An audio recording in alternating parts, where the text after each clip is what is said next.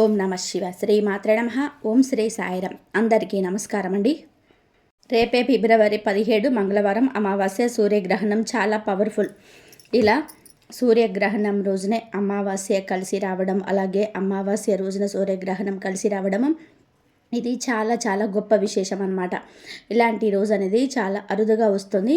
అయితే మనకు ఈ గ్రహణం అనేది కాస్తంత కీడు అనేది ఉంటుంది కాబట్టి, అలాగే అమావాస్య కూడా మనకు కాస్త కూస్తో ఎఫెక్ట్ అనేది ఉంటుంది.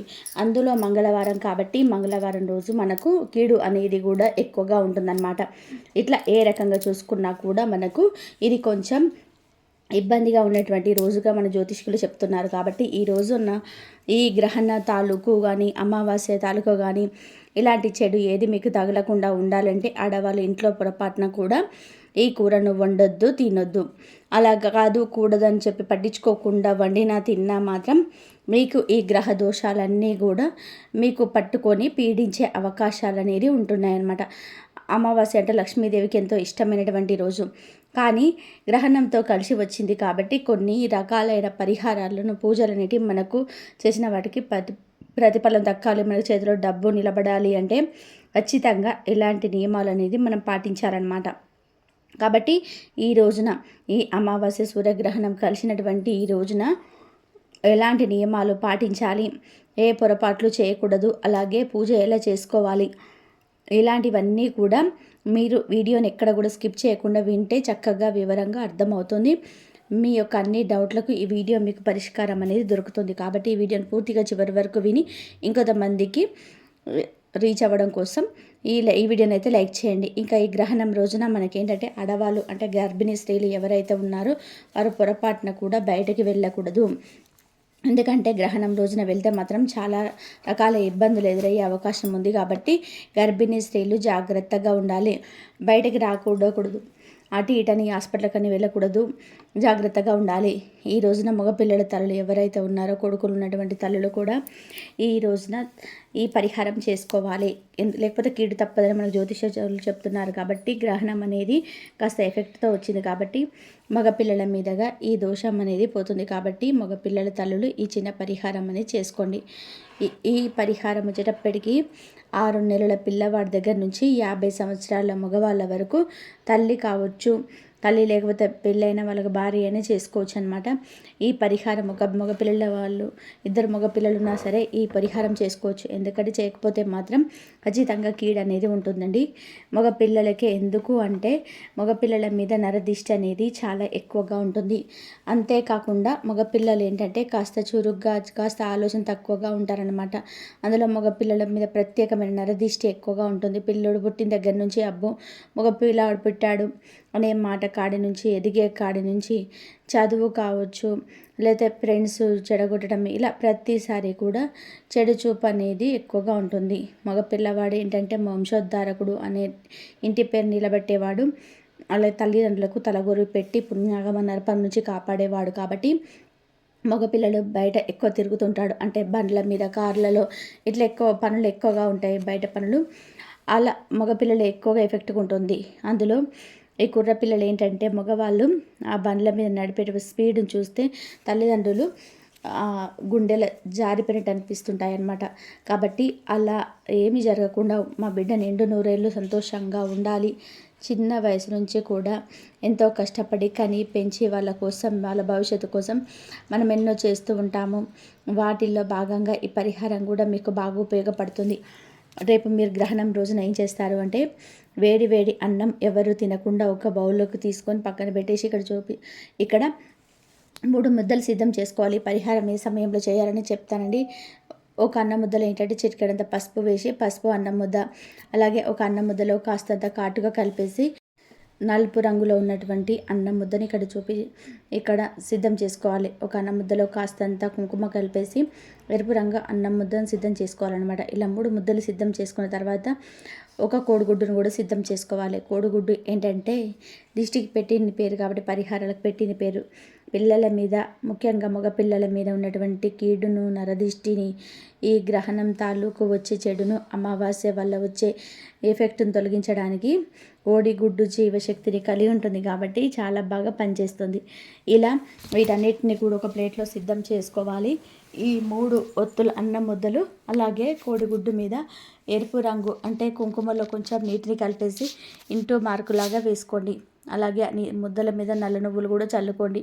ఎందుకంటే నల్ల నువ్వులు కూడా ఈ అమావాస్య రోజు మనకు వచ్చింది కాబట్టి పితృదోషాలు తీసేయడానికి బాగా ఉపయోగపడతాయి. అలా సిద్ధం చేసుకొని మీ బిడ్డను గుమ్మం బయట వాకిట్లో తూర్పు ముఖంగా కూర్చోబెట్టి మీ చక్కగా తల్లి ఏంటంటే మీ చేతులతో మీరు స్వయంగా దిష్టి అనేది తీసేసుకోండి. కుడి నుంచి ఎడమకు 3 సార్లు, ఎడమ నుంచి 3 సార్లు, కింద నుంచి పైదాకా దిగదురు చేసి వాటిని తీసుకెళ్ళి ఎవరి తొక్కని చోట పారే నీటిలో పడేసేయాలన్నమాట. అంటే గ్రహణం తాలూకు చెడు తగలకూడదు, అమావాస్య వల్ల ఎటువంటి ఇబ్బంది కలగకూడదు, నరదిష్టి తొలగిపోవాలని చెప్పేసి చెప్పుకుంటూ దిష్టి తీసేసి ఆ గుడ్డు అనేది పగలకుండా పారే నీటిలో దగ్గర కానీ ఎవరు తొక్కని చోట కానీ అక్కడ విడిచిపెట్టేసి రావాలి. ఇంటికి వచ్చేటప్పుడు శుభ్రంగా కాళ్ళు కడుక్కొని రావాలి. పిల్లలు స్నానం చేయమని చెప్పాలి దిష్టి తీసేసిన తర్వాత. ఇలా ఒకరున్నా, ఇద్దరున్నా, ముగ్గురున్నా మీరు ఈ పరిహారం చేసుకోవచ్చు. అయితే ఎవరి ప్లేటు వాళ్ళకే చేయాలి. పిల్లలు ఎక్కడైనా హాస్టల్ దూరంగా ఉన్నారు అనుకున్న వాళ్ళు ఏం చేస్తారు అంటే అక్కడ దగ్గరలో ఎవరైనా తెలిసిన వాళ్ళు ఉంటే వారి చేతనైనా తీయించవచ్చు. ఎవరు లేరు అనుకున్న వాళ్ళు ఏంటంటే కాస్తంత ఈ రాళ్ళుప్పు తీసేసుకొని ఆ పిల్లల్ని వాళ్ళ తల చుట్టూతా 3 సార్లు దిగి తీసేసుకొని ప్యారనీట్లో పోసేయాలని చెప్పండి. చేతులు కడుక్కోమని చెప్పండి. కుదరినప్పుడు అలా చేసుకోవాలి. ఇట్లా కుదిరితే మాత్రం తల్లిదండ్రుల దగ్గర ఉంటే మాత్రం ఈ పరిహారం చేసుకోండి. చేయకపోతే మాత్రం కాస్తంత కీడు అనేది మాత్రం గట్టిగా ఉంటుందండి. చేస్తే మాత్రం మీకు మీ బిడ్డకు ఇక దిగులు అనేది ఉండదు, చలనం అనేది ఉండదు. నిండు నూరేళ్ళు సంతోషంగా ఉంటారు. తల్లిగా మీ బాధ్యత ప్రకారం మీరు చేయండి. అలాగే భార్యలైనా చేయించుకోవచ్చు. తల్లి కనుక లేకపోతే భార్య చేసినా కూడా భార్య కూడా తల్లితో సమానం కాబట్టి భార్య కూడా ఈ పరిహారం అని చేయొచ్చు అనమాట. ఈ పరిహారం టైమింగ్స్ ఎప్పుడు చేయాలి అంటే రేపు గ్రహణం రోజున, అమావాస్య రోజున మధ్యాహ్నం 3:26 దగ్గర నుంచి రాత్రి 7:57 లోపు మీరు ఈ పరిహారం అనేది మీ కొడుకులు కానీ మీ భర్తకు కానీ మీరు చేయాల్సి ఉంటుందన్నమాట. సమయం అయితే ఇక్కడ ఇది గుర్తుపెట్టుకోండి. చాలామంది అనుకుంటూ ఉంటారు ఈ గ్రహణం అనేది మన వైపు ఉండదు కాబట్టి మనకు సంబంధం లేదు అని అంటార్టికా సైడ్ ఉంటుంది కానీ అనుకుంటారు. కానీ ఇక్కడ మీరు గుర్తుపెట్టుకోవాల్సిన విషయం ఏంటంటే భారతదేశంలో మనకి ఎక్కడ కూడా కనిపించినా సరే దాన్ని మనకు కూడా ఆ గ్రహణం అనేది మనకు కూడా వర్తిస్తుంది అనమాట. ఎక్కడున్నా సరే దాన్ని రాహుగ్రస్త సూర్యగ్రహణం అంటారు తప్ప మనకు సంబంధం లేదు కాబట్టి ఇది మనకు తెలియదు. దీనికి మన నియమాలు పాటించాల్సిన అవసరం లేదు అని చెప్పేసి ఎవ్వరు అన్నారు. కాబట్టి మనకు కూడా గ్రహణం ఉన్నట్టే లెక్క. కొంతమంది అయితే తీసి పడేస్తూ ఉంటారు. కాబట్టి ఈ మాట చెప్తున్నానండి. ఎందుకంటే ఈ అమావాస్య రోజు కలిసి వచ్చేటువంటి సూర్యగ్రహణం అనేది చాలా చాలా పవర్ఫుల్. దీని కిందాక మనం చెప్పినట్టుగా గర్భిణీ స్త్రీలు మాత్రం జాగ్రత్తగా ఉండాలి. అయితే ఇక్కడ మనకి దేవాలయాలు వీటి కానీ సూతకాలు పట్టుకోవడం కానీ ఇల్లు వాకిలు కడుక్కోవడం కానీ ఇలాంటి ప్రత్యేకంగా నియమాలు అయితే పాటించాల్సినటువంటి అవసరం లేదు. కానీ మనకైతే మాత్రం గ్రహణం అనేది ఖచ్చితంగా ఉంటుంది. దీని ఏంటంటే రాహుగ్రస్త సూర్యగ్రహణం అని చెప్పి అంటుంటారనమాట. ఈ గ్రహణం ఏంటంటే పుణ్యకాలం కాబట్టి ఇటువంటి సమయంలో అన్ని రకాల పూజలు, కార్యాలు, అనుష్ఠాలు చేసుకుంటే చాలా మంచిది. మనకున్నటువంటి కష్టాలు, ఒడిదుడుకులు, బాధలు, పాపకర్మ, అనారోగ్య సమస్యలు, శత్రు సమస్యలు, వివాహాలు ఆలస్యం అవడము, మనశ్శాంతి లేకపోవడం ఇలాంటివన్నీ ఆర్థిక సమస్యలు, అప్పు సమస్యలు పూర్తిగా తొలగిపోతాయి. అలాగే ఈ రోజున మీకు దగ్గరలో శివాలయం ఉంటే శివాలయం దగ్గరికి వెళ్ళి శివలింగానికి చెంబడి నీళ్ళు కానీ పాలతో కానీ అభిషేకం చేస్తే మీకు బాగా కలిసి వస్తుంది. గ్రహణము పంచగ్రహ కూటమితో జరుగుతుంది. ఎప్పుడైతే పంచగ్రహ కూటమితో జరిగిందో బుధుడు, శుక్రుడు, రాహువు, రవి, చంద్రుడు శీఘ్రగతికి కలిగిన గ్రహాలన్నమాట. సూర్యగ్రహణం యొక్క ప్రత్యేకత. ఇలాంటి రోజు కోసం ఏంటంటే పెద్ద ఋషులు, మునులు, మహానుభావులు ఇలాంటి వారందరూ కూడా ఎదురు చూస్తూ ఉంటారు. ప్రత్యేకమైనటువంటి పూజలు, కార్యాలు అనేటివి చేస్తుంటారు. దానివలన వాళ్ళకు ఉన్నటువంటి సమస్యల నుంచి చాలా తేలికగా బయటపడగలుగుతారు.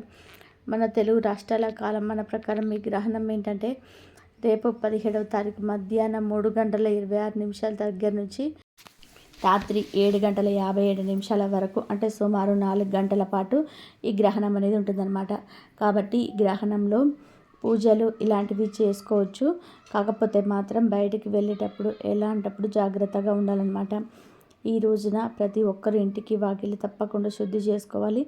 ఇల్లు తుడిచేసే కాస్తంత గల్లుప్పు వేసేసి తుడుచుకుంటే నెగిటివిటీ పోతుంది. తర్వాత కాస్తంత నీటిలో పసుపు వేసేసి పసుపు నీటిని కూడా ఇల్లంతా కూడా చిలకరించడం వలన మనకు ఇంటి మీద ఉన్నటువంటి నరదిష్టి, చెడు శక్తులు, ఇంట్లో ఉన్నటువంటి దుష్ట శక్తులు ఇలాంటివన్నీ కూడా తగిలిపోయి పసుపు నీళ్ళు శుద్ధి చేస్తుందన్నమాట. ఇక ఇల్లంతా కూడా ధూపం పోయండి. ధూపం వేయడం వల్ల ఆ యొక్క పొగకి అదృష్ట శక్తులు ఏవైతే ఉన్నాయో అవన్నీ కూడా పారిపోతాయి. కాబట్టి ప్రతి ఒక్కరు కూడా తప్పనిసరిగా ఈ అమావాస్య రోజున ఇంట్లో ధూపం వేయండి. ఇక ఈ రోజున గర్భిణీ స్త్రీలు ఉన్నటువంటి వాళ్ళు మర్చిపోకుండా వేపాకుల తోరణం కట్టుకోండి. మిగిలిన వారి తోరణం కూడా కట్టుకోవచ్చు. అమావాస్య రోజు ఇక్కడ వేపాకు తోరణం కట్టుకోమని చెప్తున్నాము. పండుగ రోజులలో మామిడి తోరణాలు కట్టుకుంటారు, కానీ అమావాస్య రోజు మన గ్రహణంతో కలిసి వచ్చింది కాబట్టి వేపాకుల తోరణాలను కట్టుకోవడం వలన అమ్మవారి యొక్క అనుగ్రహం అనేది ఇంటిపైన ఉండి ఎటువంటి చెడు కీడు అనేది కలగకుండా ఉంటుంది. నరదిష్టి నెగిటివిటీ కూడా పూర్తిగా తొలగిపోయి అమ్మవారి యొక్క ఆశీస్సులు అనేటివి ఇంటికి మీకు పుష్కలంగా ఉంటాయన్నమాట. ఇంటికి గుమ్మం అనేది అంత ప్రధాన పాత్ర పోషిస్తుంది. మంచి అయిన చెడైన గుమ్మం నుంచి రావాలి కాబట్టి ఇలా చేయండి. ఇక ఈరోజు గ్రహణం కాబట్టి బియ్యంలో, నిలోపచల్లలో ఇలాంటి వాటిలో దర్భ ఇక్కడ గడ్డి పరకలు వేసుకోండి. దర్భ పరకలు వాటిని వేసి గ్రహణం పూర్తయిన తర్వాత తీసి బట్టి పడేసేయండి. ఎందుకంటే మన గ్రహణం సమయంలో కొన్ని రకాలైనటువంటి చెడు విష వలయాలు అనేటివి ప్రకృతిలో చేరుతాయి కాబట్టి వీటిని వేయాలి. అస్సలు మర్చిపోదు. అలాగే ఈ రోజున నల్ల నువ్వులను ఎవరికైనా బ్రాహ్మణులకు దానంగా ఇవ్వాలి. నల్ల నువ్వుల మీద దానములకు ఇవ్వడం వలన దానంగా ఇవ్వడం వల్ల మీ మీద పితృదోషాలు, నాగసర్ప దోషాలు కావచ్చు, ఏలినాటి శని దోషాలు కావచ్చు, మీకున్నటువంటి కుటుంబంలో ఉన్నటువంటి నష్టాలు, ఆర్థిక సమస్యలన్నీ తొలగిపోతాయి. కాబట్టి నల్ల నువ్వులు దానంగా ఇవ్వండి. అయితే ఈ రోజున ఎట్టి పరిస్థితుల్లోనూ నలుపు రంగు బట్టల్ని మాత్రం వేసుకోవద్దు. ఇంట్లో ప్రతి ఒక్కరు పిల్లలు కానీ పెద్దలు కానివ్వండి నలుపు రంగు బట్టలు మాత్రం ధరించవద్దు. నిందల పాలవుతారు, నష్టాల పాలవుతారు. కాబట్టి జాగ్రత్తగా కంపల్సరీ. ఇంకా ఈ రోజున పెద్దవాళ్ళ యొక్క పేరు, పితృదేవతల యొక్క పేరున తర్పణాలు అర్పించటం కానీ, లేదా పితృదేవతల మనసులో తలుచుకొని నమస్కారం చేసుకోవడం కానీ, పితృపూజలు కానీ ఇలాంటివి చేస్తే చాలా మంచిది. పితృదేవతల యొక్క ఆశీస్సుల వలన మన జీవితంలోనే సగం సంశయాలు తగ్గుతాయి. పితృదేవతలు మన కాకుల రూపంలో వస్తూ ఉంటారు. అలాగే శనిదేవుడి యొక్క వాహనం కూడా కాకి కాబట్టి ఈరోజు కాకికి ఒక ముద్ద అన్నం పెట్టండి. కాకి కనిపించినప్పుడు ఓం శనీశ్వరాయ నమః అనే మంత్రాన్ని మనసులో 11 సార్లు చెప్పుకోండి. కనీసం 1-2 సార్లు అయినా చెప్పుకునే ప్రయత్నం చేయండి. ఈ రోజుల్లో నిజంగా కాకులు కనిపించటం చాలా తక్కువైపోయిందండి. కాకి కనిపిస్తే ఒక పండుగలాగా ఉంటుందన్నమాట. నిజంగా చెప్పాలి అంటే కాకులు అసలు కనిపించటం లే. మన పూర్వం వెనకటి రోజులలో చక్కగా కాకులు ఎన్ని కనిపించాయి పల్లెటూళ్ళలో. ఇప్పుడు ఎక్కడైనా ఒక కాకి కనిపిస్తే బ్రహ్మాండం అయిపోయిందనమాట. అలా కాకి వచ్చి కావు కావుమని ఆ అరుపు వలన మన ఇంటి మీద ఉన్నటువంటి చెడు నరదిష్టి అంతా కూడా తొలగిపోతాయి.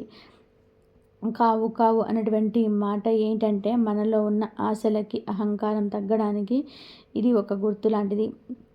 కాకికి నమస్కారం చేసుకొని దండం పెట్టేసి ఓం శనీశ్వరాయ నమః అనే మంత్రాన్ని చెప్పుకోవడం వలన పితృదోషాలు తొలగిపోతాయి. అలాగే మనకు శనిదేవుడి యొక్క అనుగ్రహం కలిగి ఈనాటి శని, అర్ధాష్టమ శని, వాహన ప్రమాదాలు, మృత్యు దోషాలన్నీ తగ్గిపోతాయి. ఇక ఈ రోజున చక్కగా సూర్యోదయానికి ముందుగానే లేచి తల స్నానం చేయండి. ప్రతి ఒక్కరు కూడా షాంపుతో కాదు తల నీటితో కడుక్కోండి. అలా చేయండి.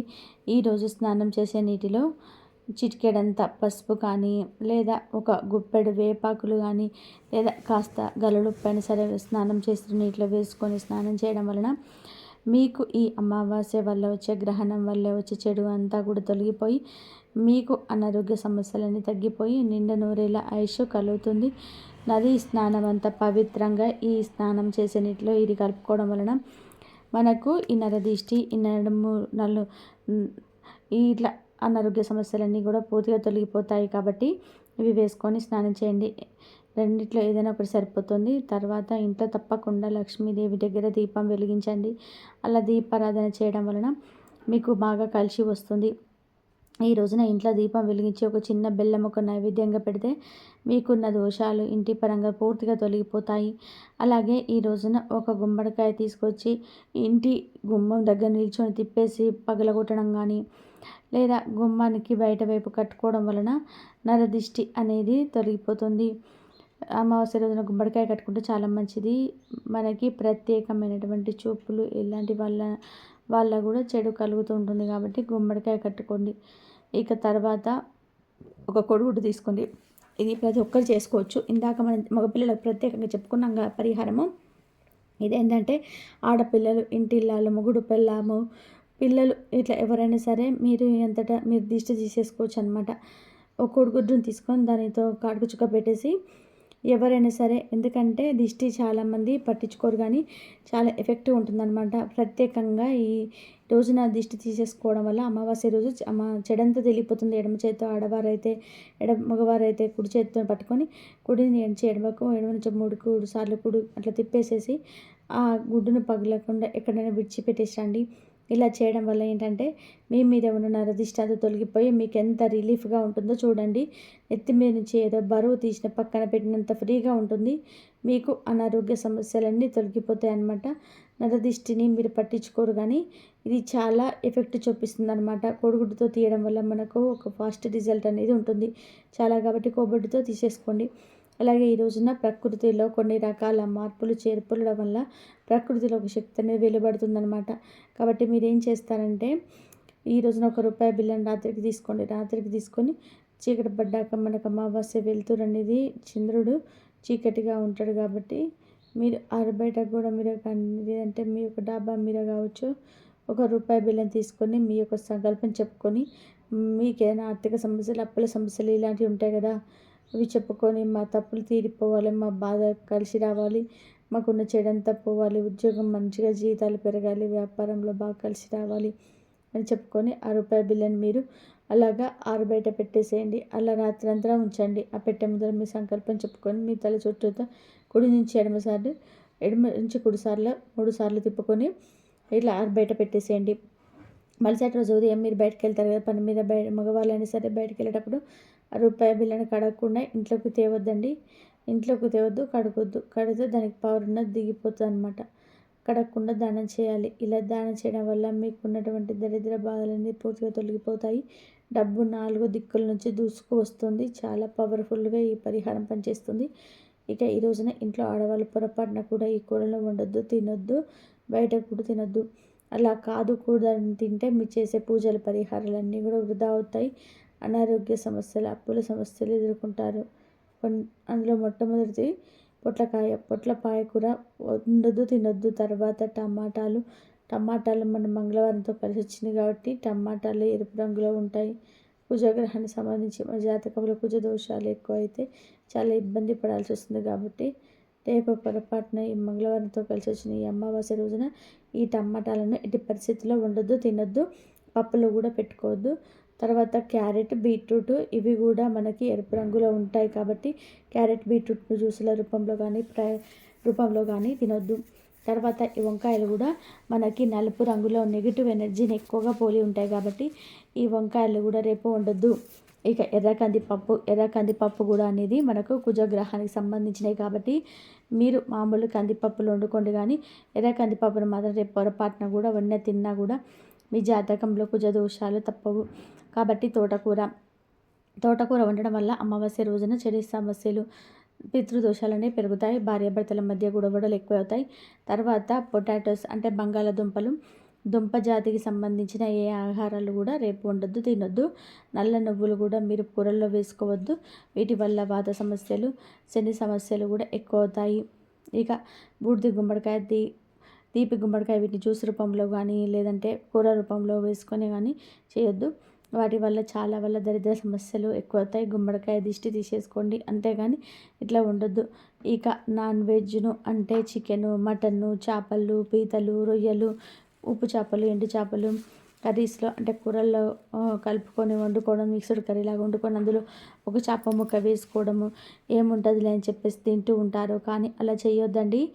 చేస్తే ఎందుకంటే అది కూడా మనకు నాన్ వెజ్ కిందకి వస్తుంది కాబట్టి నాన్ వెజ్ అనేది పొరపాటున కూడా కోడిగుడ్డుతో సహా మీరు నాన్ వెజ్ని మాత్రం పూర్తిగా పక్కన పెట్టేసేయండి. తర్వాత మష్రూమ్స్, పుట్టగొడుగుల్లో కూడా తినొద్దు. నాటి కావచ్చు, హైబ్రిడ్ కావచ్చు, పుట్టగొడుగులు కూడా తినకూడదండి. ఇక ఇవి కాకుండా ఇంకా మిగిలినవి ఉల్లి, వెల్లుల్లి, అల్లము ఇలాంటివి తినొచ్చు. అంటే నాన్ వెజ్ తినకూడదు కానీ ఎల్లిపాయలు కూడా కొంతమంది ఎల్లుల్లి కూడా తినొద్దు అంటారు. అవి ఏం అవసరం లేదండి. ఇప్పుడు మనం చెప్పుకున్నంత వరకు తినకుంటే చాలు. ఇప్పుడు మనం చెప్పిన ప్రత్యేకమైన కూరగాయలు అలాగే నాన్ వెజ్ ఇవి తప్ప ఇంకా మీ అన్నీ కూడా తినొచ్చు.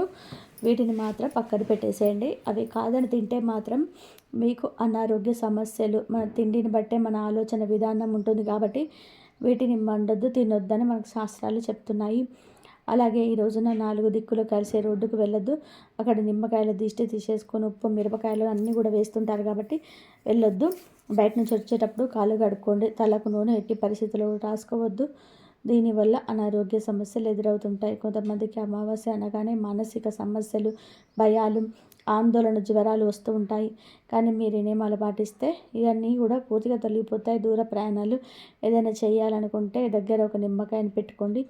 నిమ్మకాయని చాలా శక్తివంతమైనది. మీరు పూజ చేసుకున్నప్పుడు ఒక నిమ్మకాయను పూజలో పెట్టుకొని ఆ నిమ్మకాయను మీరేంటంటే ఏదైనా ప్రయాణం వెళ్తున్నప్పుడు మీ పర్సులో కానీ జేబులో కానీ పెట్టుకొని మీ పని పూర్తి చేసుకొచ్చేటప్పుడు ఆ నిమ్మకాయను మీ తల చుట్టూ తిప్పేసుకొని అక్కడ పడేసి రావడం కానీ, కాళ్ళు మడిమ కింద పెట్టుకొని తొక్కేయడం వల్ల కూడా ఆ చెడంతా కూడా తొలగిపోతుంది.